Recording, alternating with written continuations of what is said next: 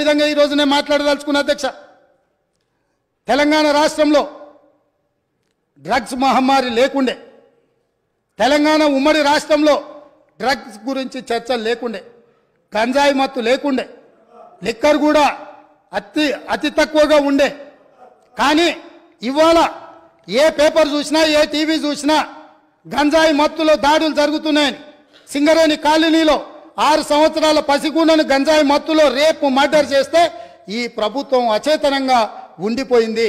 ఈరోజు ఈ రాష్ట్రంలో జరుగుతున్న కారణాలకు ఈరోజు దొరుకుతున్న డ్రగ్స్కి ఈ ప్రభుత్వ వైఫల్యం కారణం కాదా?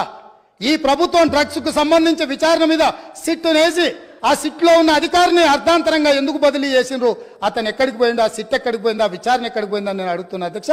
ఈ ప్రభుత్వం యొక్క వైఫల్యాన్ని కప్పిపుచ్చుకోవడానికి, విచారణలో లోపాలను దాచిపెట్టడానికి చేస్తున్న ప్రయత్నంలో నేనే స్వయంగా ఆనాడు 2017లో తెలంగాణ రాష్ట్ర ఉమ్మడి హైకోర్టులో పబ్లిక్ ఇంట్రెస్ట్ లిటిగేషన్ వేసి ఈ విచారణ మీద ఎన్ఫోర్స్మెంట్ డైరెక్టరేట్, DRI, ఈ నార్కోటిక్స్ డిపార్ట్మెంట్ అన్నిటిని కూడా ఒక సిట్ను ఏర్పాటు చేయాలని హైకోర్టులో కేసు వేస్తే 2021 వరకు నేను కొట్లాడితే తెలంగాణ రాష్ట్ర హైకోర్టు ఈడీకి మొత్తం సమాచారాన్ని చేసిన విచారణను బదిలీ చేయమని హైకోర్టు ఆదేశాలు ఇచ్చిన ఈ రాష్ట్ర ప్రభుత్వం వివరాలన్నీ దాచిపెట్టింది అధ్యక్ష.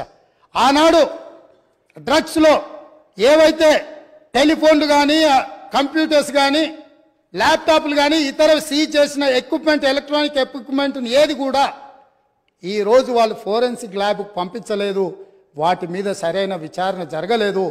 ఆ వివరాలన్నీ కూడా ఈడీ అడిగితే ఇవ్వకపోతే ఈడీ డిపార్ట్మెంట్ తెలంగాణ ప్రభుత్వం మీద contempt of court case file చేసింది అధ్యక్ష.